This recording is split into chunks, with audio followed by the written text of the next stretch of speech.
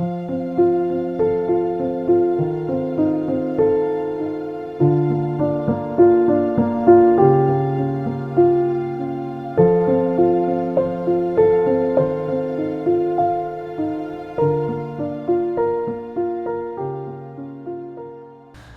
여러분 안녕하십니까. 올리브 한의원입니다. 오늘은 술과 알코올 이야기 53번째 시간. 어찌 보면 이 주제는 오늘은 알코올 중독자, 심각한 질환을 앓고 있는 분뿐만 아니라 일반적으로 우리가 술을 즐기고 술을 이용하는 이제 현대인들에게도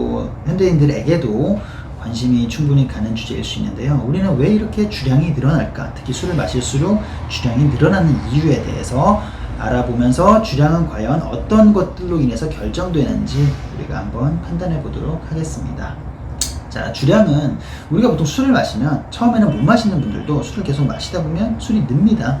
술이 계속 늘어나죠. 술을 한 병도 못 드셨던 분이 뭐 나중에 돼서 2병, 3병까지도 드시는 분이 종종 있는 것들을 우리가 주변에서도 확인할 수 있고요. 물론 그런 분들도 나중에 나이가 많이 들거나 어떤 몸 상태가 크게 나빠지거나 어떤 큰 일을 겪게 되면 주량이 당연히 또 반대로 줄어들게 됩니다. 그런데 우리가 한창 마실 때, 한창기에는 술을 마실수록 주량이 늘어나게 되는데요.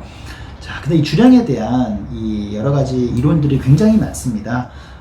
이론들이 여러 가지 많다는 거는 검증되지 않은 것도 있지만 그만큼 확실하게 딱 이거 하나다라고 이제 우리가 규정된 게 없기 때문에 또 여러 가지 설이 생기는 것도 있고, 또 두 번째로는 술이라는 거는 이제 어느 분의 대부분 사람들이 이제 우리가 접하는 거기 때문에 또 경험적으로 생기는 뭔가 이론이나 자기만의 철학이 있거든요. 그래서 경험적으로 생겨서 이게 확실히 자기에게는 적용이 되는 부분이기 때문에 이것들을 모든 사람들이 일반화시키기 때문에 술에 대한 여러 가지 속설, 학설, 이론, 여러 가지 이제 이 검증이 되든 검증되지 않은 여러 가지 이제 말들이 많은 상황인데요. 특히나 주량에 대해서 그런 것들이 많은 것 같아요. 주량은 뭐 타고나는 것이다, 아니면 후천적으로 바뀌는 것이다. 또 요즘 그걸 또 종합해서 타고나는 부분도 있고 후천적으로 바뀌는 부분도 있고, 또 그리고 또 간이 좋을수록 주량이 세다. 또 어떤 분들은 간이랑은 상관없다.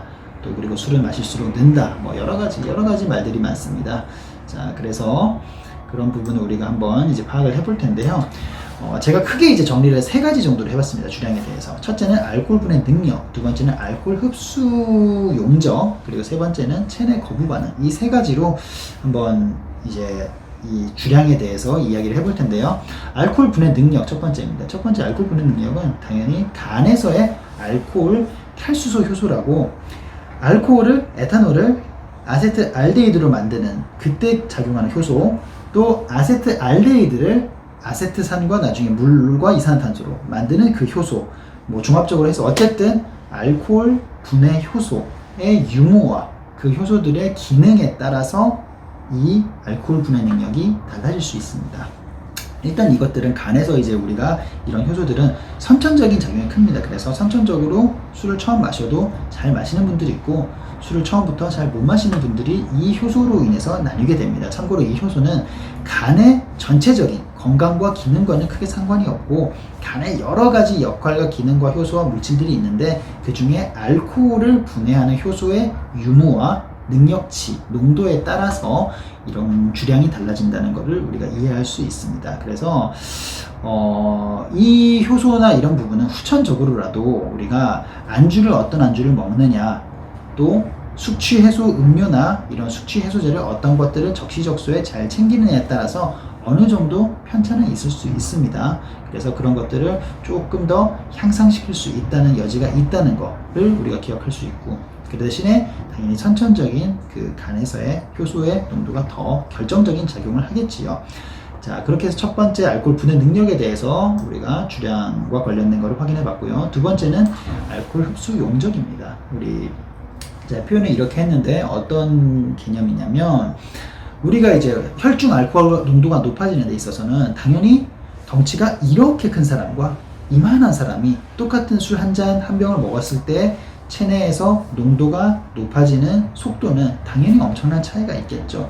몸이 커질수록 그 혈류에서 혈중 알코올 농도가 높아지는 데는 시간의 여유가 더 길기 때문에 당연히 술을 흔히 잘 마시는 사람이 되겠지요. 그래서 똑같은 사람도 내가 살이 찌거나 근육 운동을 통해서 근육이 좀 많아지거나 몸이 불었던 그런 그 경험을 하시는 분들은 내가 평소보다 원래 한 2-5병 먹던 사람이 3병을 먹어도 끄떡없는 그런 상황이 생겨 술이 들었다고 판단할 수 있는 상황이 됩니다. 그래서 우리가 몸의 용적이나 이런 것들에 따라 달라진다는 거, 이런 것들을 되게 확인할 수 있고, 또 반대로 그죠? 다이어트를 하게 되면 우리가 몸에 좀 예민해지는 것도 있지만 당연히 체중이 줄고 용적이 줄어들면 그만큼 술을 마셔도 금방 취하고 술 맛이 잘 느껴지고 이런 것들을 우리가 확인할 수도 있습니다.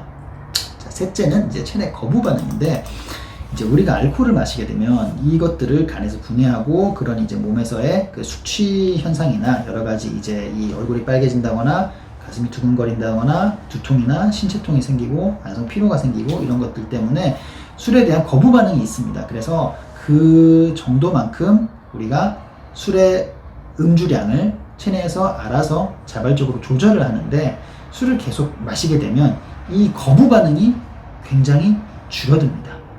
처음에는 한 잔만 먹어도 역하고 구역질 나고 조금 먹다 보면 머리가 취하기 전에 위장에서 구토가 일어나고 이런 상황이라면 술을 계속 마실수록 그런 반응들이 줄어들고 거의 없어지기 때문에 그 상태까지 더욱더 많은 술을 내가 주량이 늘었다고 생각하고, 실제로 분해 능력이나 이런 것들은 아무 차이가 없는데 내가 그 자극에 굉장히 강하고 나쁜 자극에 둔감해지는 거죠, 몸 상태가. 그렇게 되면 나는 몸이 망가지고 있지만 그거를 인지는 하지 못한 상태에서 계속 술을 마시면서 그것들이 주량이 늘었다고 착각하는 상태가 되는 것입니다. 그래서 그런 상태가 될수록 우리는 당연히 나중에 의존이나 중독이나 이런 쪽으로 더 빠지게 될 위험이 크다는 것들을 알 수 있습니다. 그래서 오늘 3가지 경우의 관점으로 나눠서 분해 능력, 그리고 흡수 용적, 그리고 내성, 이 3가지 관점으로 주량에 대해서, 특히나 우리가 술을 마실수록 주량이 늘어나는 이유에 대해서